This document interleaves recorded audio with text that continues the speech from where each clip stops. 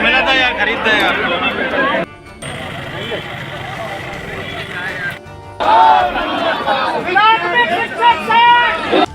थोड़ा late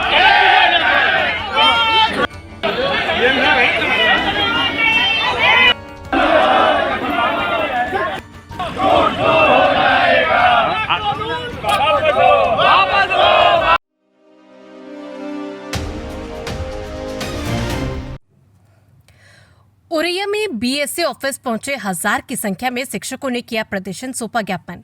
UP के औरैया जनपद के जिला मुख्यालय ककूर के समीप स्थापित और संचालित बीएसए ऑफिस में लगभग हजारों की संख्या में पहुंचे शिक्षकों ने किया जमकर नारेबाजी के साथ धरना प्रदर्शन।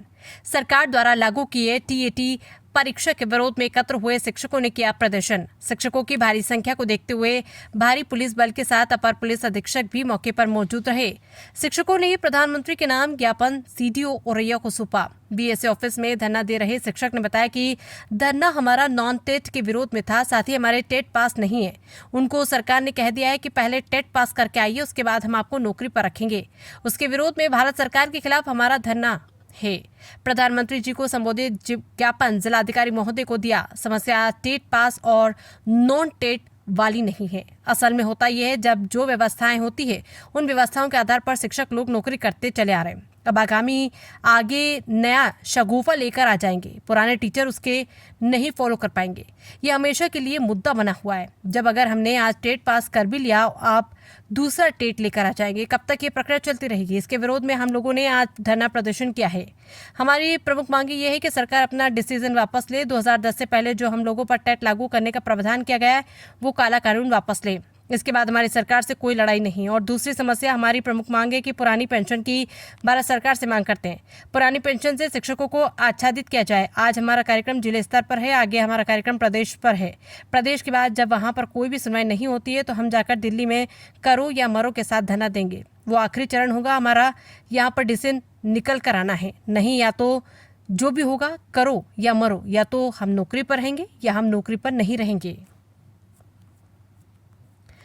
तरीके से सर, जो टेट की अनिवार्यता की है, सुप्रीम कोर्ट ने 1 सितंबर 2025 को जो निर्णय दिया है और केंद्र सरकार ने गुपचुप तरीके से 10 अगस्त 2017 को जो ये अध्यादेश लागू करके टेट की अनिवार्यता बीच में लागू कर दी है।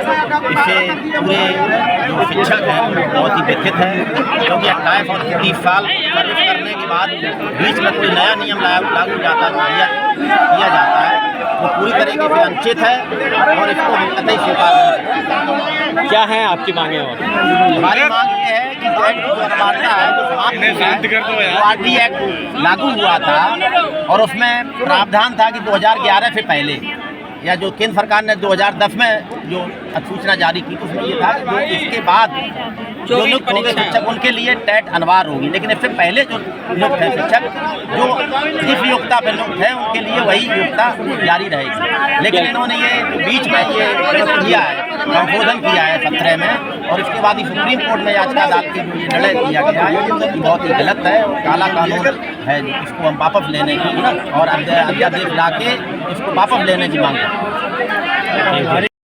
आज आप लोग धरना दिया, क्या उद्देश्य, क्या कहना चाहेंगे संबंध में? ये धरना हमारा नॉन टेट के विरोध में था।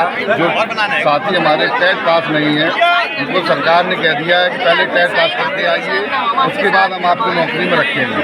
इसके विरोध में हमारा भारत सरकार के खिलाफ धरना है।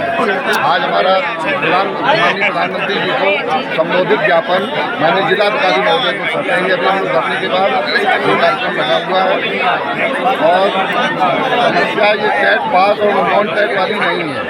असल में होता ये है कि जब जो भी व्यवस्थाएं होती हैं, उन व्यवस्थाओं के आधार पर शिक्षक नियुक्त होते चले आ रहे हैं।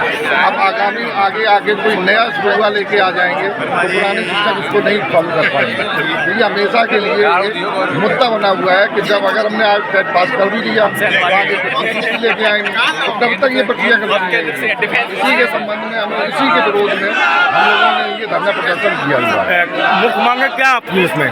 जी, मुख्य मांगे क्या है इसमें? हमारी प्रमुख मांगे ये है कि सरकार अपना डिसीजन वापस ले। उन्होंने 2010 से पहले भी शिक्षकों को टैक्स लागू करने का प्रावधान किया गया है, उसको वो काला कानून वापस ले।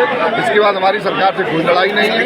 और दूसरी समस्या, एक मांग है जो प्रमुख मांग है हमारी, वो है पुरानी पेंशन की।